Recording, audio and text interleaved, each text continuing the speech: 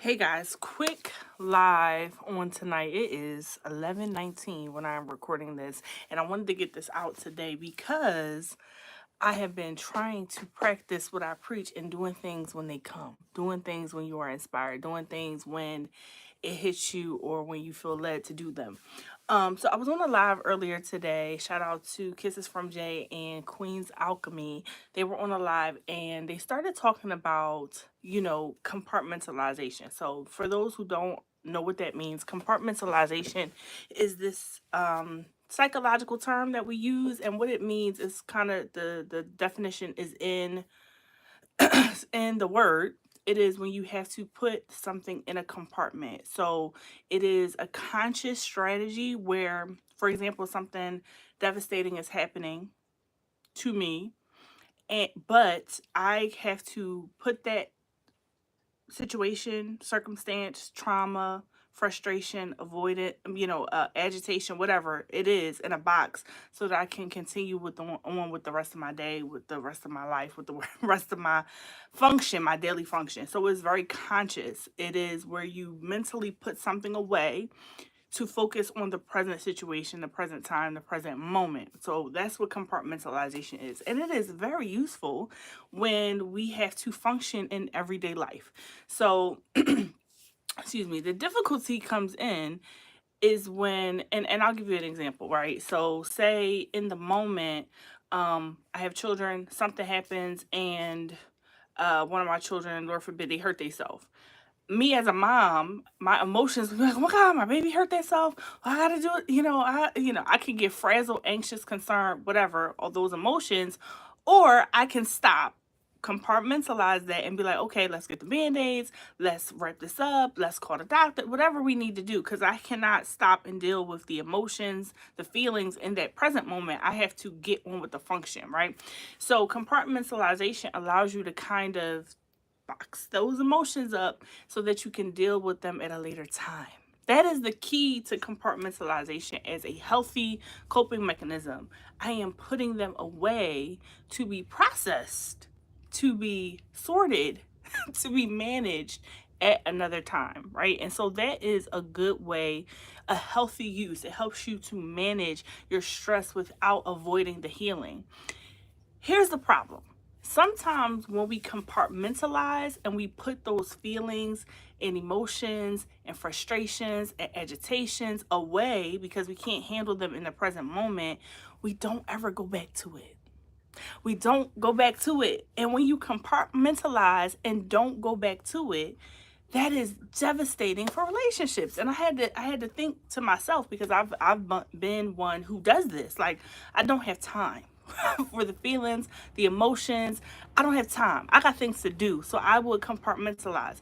And I believe if you compartmentalize too long, you begin to detach from those feelings, those emotional feelings. That emotional numbness comes from having these very unresolved, unprocessed, untouched circumstances that have piled up over time.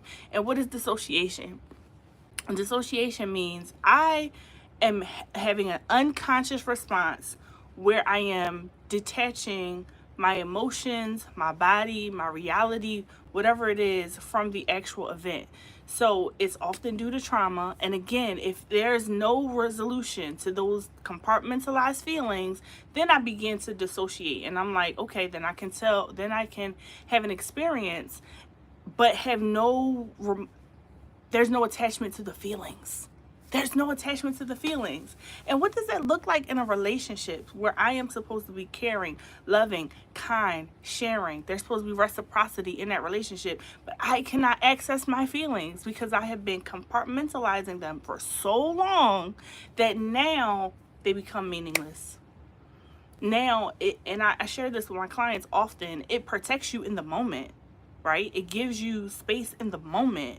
However, it doesn't allow you to, if you don't go back and process them, then I don't have access to those emotions. So if I'm in a relationship with somebody, I can only give them but so much of my self, right? Because I don't have access to the rest of me. I can only give you what I feel safe enough to share. And so anyway, that was a lot of words. Hopefully I'm not confusing anybody, but I felt moved to come and just share that if we are going to compartmentalize for the moment, because we cannot deal with the issue or problem, trauma in that moment, do not allow it to never be processed, to remain unprocessed. Because I get it. We can't be processing every time we have an issue. we don't have time. We have things to do. We have to function. However, to cut yourself off emotionally is not healthy, right? At some point, you have to go back into those emotions, to go back and sit with some of the hardships, some of the difficulties, some of the struggles, some of the frustrations. You have to go back and say, okay, now I'm going to sit down and I am going to process how I feel. I'm going to tap in to that emotion. I was scared when that happened. I was frustrated when that happened. I was annoyed when that happened. I felt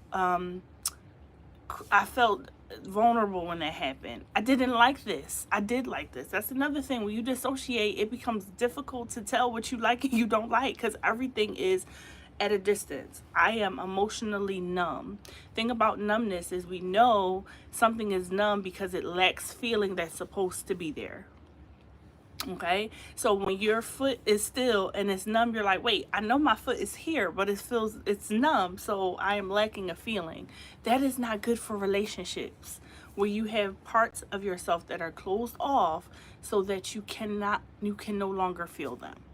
So my encouragement to anybody who's watching this and finds themselves in that place where they're like emotionally detached, dissociating, or emotionally numb, is find yourself a moment to start process those feelings. And if they're deep rooted, deep seated, related to traumatic events, reach out to a professional to help you navigate that space, because there is a reason why we did that in the first place. That compartmentalization, we did that to protect ourselves. However, if you remain in that space with that unprocessed issue, it damages your ability to connect other people. Ask me how I know. Okay, I know because I've done it. And it's like, well, I'm fine. I'm not. I'm okay. I'm great. Everything is amazing. But it's not, because I have compartmentalized and dissociated my feelings from said situation because of fear of going back into it. So anyway, I pray you guys have an amazing night.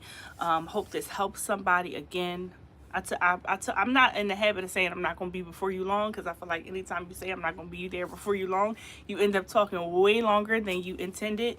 But I did want to get this out because I had that trigger. It was, like I said, it was a great live. Please go check it out. I'm gonna see if I can link it in the replay. It was Kisses from Jay and Queen's Alchemy. They had a fabulous conversation, and it triggered me to think about the concept of compartmentalization and dissociation. What does that mean in our relationship? So I may do a formal video later that's more scripted and more itemized and more free, it checks all the boxes.